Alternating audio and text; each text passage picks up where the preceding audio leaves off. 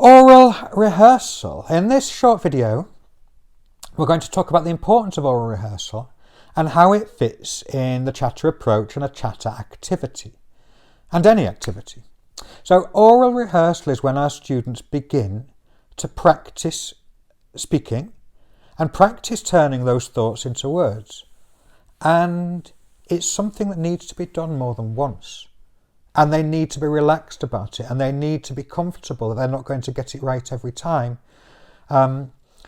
We would encourage the visual scaffolding of a Chatta board to be on display whilst this is happening, to make it almost effortless, that if they lose their train of thought and draw a blank, that they can glance at an image and grasp it and know what they're going to be saying, or the gist of what they're going to be saying. So after modelled language in a Chatta activity, we invite the students to take part. The first activity is always scaffolded, where the teacher begins and the children join in. And the teacher might leave a word off the end of a sentence for the students to call out. Part of this is allow the students to anticipate the words that are going to be used. They won't be the same every time. I'll have a go. For exercising, people often take their dogs out for a long... I put my hands near my ear for the students to call out.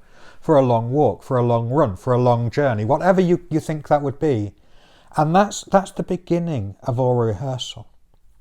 The next thing that we ask our students to do is paired talk. Interaction is so important. So to take turns with a partner,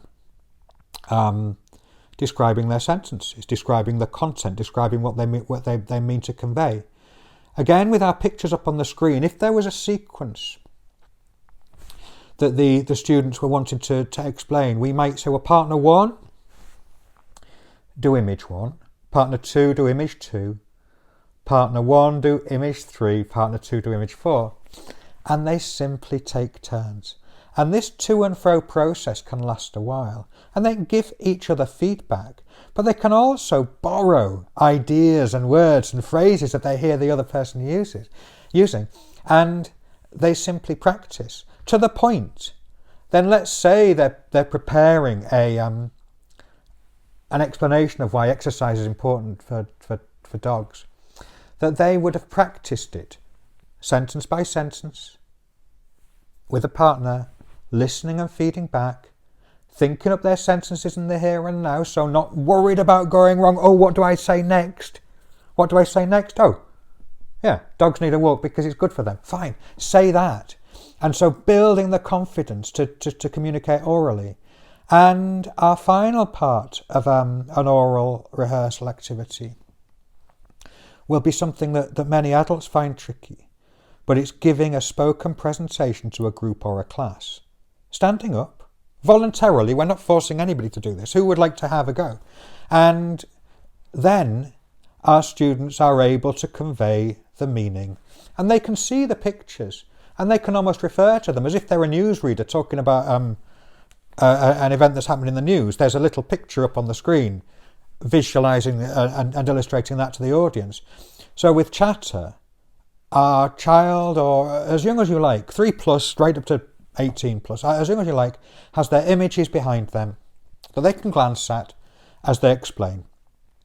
So whatever those images show, the student uses them to scaffold their talk, and they give a presentation to the group.